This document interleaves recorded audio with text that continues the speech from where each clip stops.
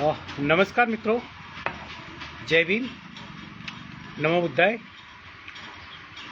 ઘણા દિવસથી આપની સમક્ષ એક વાત મૂકવાની હતી, પણ અનિવાર્ય સંજોગોની અંદર હું એ મૂકી શક્યો નહીં। આજે મને એવું લાગ્યું કે ખરેખર આ વસ્તુ લોકો સુધી પહોંચાડવાની જરૂર છે।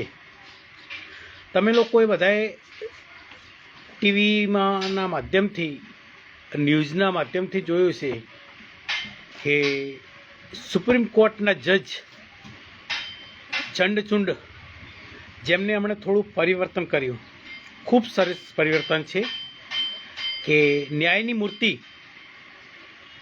જેને ન્યાયની દેવી કહેવાય, એ ન્યાયની દેવીની અંદર જે નવી મૂર્તિ મૂકવામાં આવી એની અંદર થોડો ઘણો ફેરફાર અને ચેન્જિંગ કરવામાં આવ્યું છે। અને જે ચેન્જિંગ છે એ ખરેખર ખૂબ સરસ છે।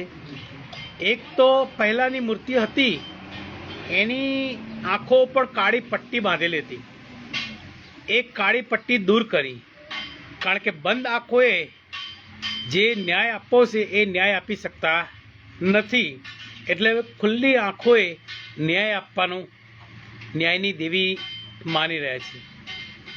બીજો ચેન્જિંગ એ છે કે જે એમનો પહેરવેશ હતો એ પહેરવેશ આજની તારીખમાં ભારતીય નારીને સોંપે તેવો પહેરવેશ એટલે કે સાડીમાં રાખી છે।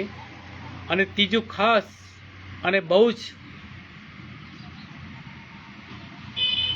સરસ કહેવાય એ આ દેશનું બંધારણ છે કે જે હાથમાં તલવાર હતી એ તલવાર કાઢી અને તલવારની જગ્યાએ હાથમાં બંધારણ આપ્યું છે, અને આ મૂર્તિની પ્રતિષ્ઠા ત્યાં કરવામાં આવી છે।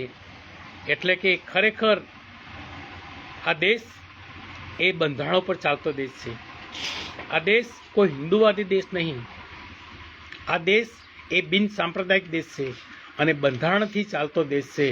એટલે આ પરિવર્તન મને તો મારા મતે ખૂબ સરસ લાગ્યું છે, પરંતુ કહેવાનું એટલું જ છે કે જે બંધારણના કારણે દેશ ચાલી રહ્યો છે એ જ બંધારણથી સુપ્રીમ કોર્ટ પર ચાલવી જોઈએ, અને કાયદો એ તમામ માટે એક સમાન છે, ચાહે દેશના વડાપ્રધાન હોય કે આમ જનતાનો કોઈ પણ વ્યક્તિ હોય, એ કાયદો દરેક માટે એક સમાન છે।